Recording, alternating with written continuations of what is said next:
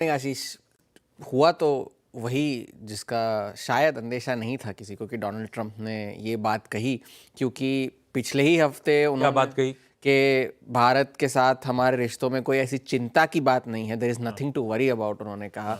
और यही साथ में ये भी कहा कि वो प्रधानमंत्री मोदी के हमेशा दोस्त बने रहेंगे, हालांकि इस वक्त जो वो कर रहे हैं वो उन्हें पसंद नहीं है। और जैसे दिलवाले दुल्हनिया ले जाएंगे में शाहरुख खान भी कहते हैं, बड़े बड़े देशों में छोटी छोटी बातें होती है, वो इस तरह के बात उन्होंने कही कि ऐसे रिश्तों में ये सब चलता रहता है, कोई ऐसी चिंता की बात फिलहाल के लिए तो नहीं है, ये डोनाल्ड ट्रंप ने कहा। और इसका प्रधानमंत्री मोदी ने स्वागत भी किया। उन्होंने भी अपने ट्वीट में ये लिखा था कि हम स्ट्रेटेजिक पार्टनर्स हैं और डोनाल्ड ट्रंप के जज्बातों का वो पूरी तरह से समर्थन भी करते हैं और आगे भी एक कॉम्प्रिहेंसिव ग्लोबल स्ट्रेटेजिक पार्टनरशिप को आगे बढ़ाने के लिए वो जो है प्रतिबद्ध है। और इस बात से ये दोनों नेताओं के बीच में बात हुई, लेकिन रिस्पांस अदा हुआ क्यों है? अब अगर इस पूरी दुनिया में कोई ऐसा इंसान है जिस पर आप आंख बंद करके भरोसा ना करें, वो डोनाल्ड ट्रंप है।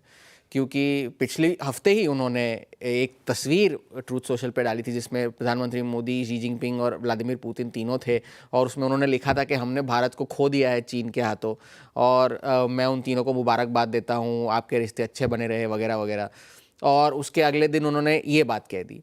और उसी से पहले उनके जो और इससे एक और चीज़ ये साबित हुई है कि व्हाइट हाउस के जो टॉप ऑफिशियल्स है उसमें उनके कोई पॉलिसी स्टेबिलिटी है नहीं। एक कुछ सोच के कर नहीं रहे हैं। कुछ एक बयान, एक शख्स को एक बयान देता है, दूसरा शख्स को दूसरा बयान देता है। और शुक्रवार को ही हावर्ड लटनिक जो उनके कॉमर्स सेक्रेटरी हैं, उन्होंने सीएनबीसी को एक इंटरव्यू में ये कहा कि भारत को आकर सॉरी बोलना होगा डोनाल्ड ट्रंप को कि भाई हमने रशिया से तेल खरीदा वगैरह वगैरह। आज भी स्कॉट बेसेंट जो एनबीसी न्यूज़ में, उन्होंने एक इंटरव्यू में ये कहा है कि यूएस और ईयू को मिलकर के रशिया से तेल खरीदने वालों पर जॉइंट सैंक्शंस लगाने चाहिए, जॉइंट टैरिफ्स लगाने चाहिए, तो इससे रूस की इकोनॉमी पर दबाव पड़ेगा। ये ट्रंप के बयान नहीं है क्या? ये ट्रंप के बयान नहीं है। एक वो तो सेकंड स्टेज ऑफ सैंक्शनिंग उनसे पूछा गया था डोनाल्ड ट्रंप से, उन्होंने, और ये भी है कि उनसे भी पूछा गया था कि क्या आप तैयार है जो सेकंड स्टेज ऑफ सैंक्शंस लगाने के लिए। उनका सिर्फ इतना ही जवाब था, यस आई एम।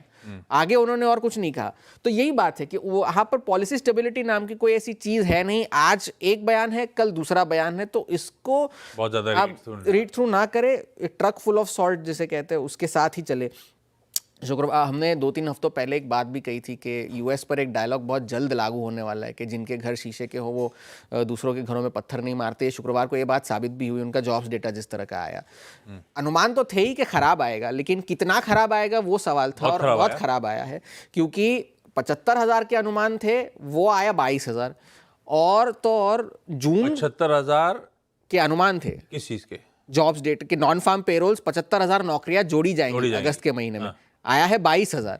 अरे बाप। और साथ ही साथ पिछली वाला आप कह रहे थे इंपॉर्टेंट है, वो भी रिवाइज हो गया क्या? वो रिवाइज हुआ। जुलाई का आंकड़ा जो था वो थोड़ा सा अपवर्ड रिवाइज हुआ, लेकिन जून का जो था वो डाउनवर्ड रिवाइज होकर अब नेगेटिव हो गया है। यानी कि 13,000 नौकरियां कम हुई थी जून के महीने में। तो ये 2021 के बाद का पहला नेगेटिव जॉब्स ग्रोथ का महीना देखने मिला था जून के महीने में। तो इससे अब ये हुआ है कि जॉब्स रिपोर्ट आने से पहले प्रोबेबिलिटी ये थी कि एक हाथ शायद महंगाई का आंकड़ा अगर थोड़ा सा खराब आए तो स्टेटस को हो जाएगा, वो अब खत्म हो गई है। अब 50 बेसिस पॉइंट्स के रेट कट की प्रोबेबिलिटी बढ़ गई है अगले हफ्ते की, जो 11-12% फिलहाल है। ज़्यादातर मेजॉरिटी अभी भी 25 की बात ही कर रही है, लेकिन बोफा ये कह रहा है कि अब उन्होंने जो नो रेट कट्स के जो अनुमान रखे थे इस साल, वो अब उन्होंने बढ़ाकर 2 कर दिए हैं। और साथ ही साथ कुछ ऐसे हैं एनालिस्ट जो अब ये कह रहे हैं कि शायद 3 रेट कट भी हो सकते हैं, यानी कि इस महीने अक्टूबर में और दिसंबर में तीनों बार जो है फेड ब्याज दरें काट सकता है, ये बार्कलेस का कहना है। हेज फंड्स का एक बहुत इंटरेस्टिंग डेटा है, उन्होंने शॉर्ट पोजीशंस जो S&P 500 के फ्यूचर्स में लगा रखे हैं वो 2023 के बाद के सबसे ज़्यादा स्तरों पर है। 180 बिलियन के शॉर्ट पोजीशन जब हेज फंड्स ने बनाए हैं S&P 500 के फ्यूचर्स में। Open interest as a short position अब 27% हो गया है, और जो पिछला रिकॉर्ड था वो 170 बिलियन का था इसी साल के जनवरी के शुरुआत में, डोनाल्ड ट्रंप के इनॉग्रेशन से पहले।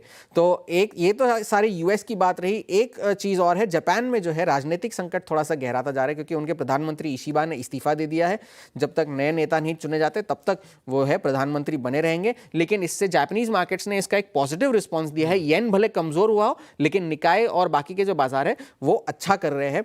इस हफ्ते का सबसे बड़ा ट्रिगर महंगाई का होगा, लेकिन फेड जो है महंगाई को छोड़कर जॉब मार्केट को ज्यादा प्रेसिडेंस देगा। अगले हफ्ते ब्याज दरें कटना तय है, अब सवाल यह है कि कितनी कटेंगी।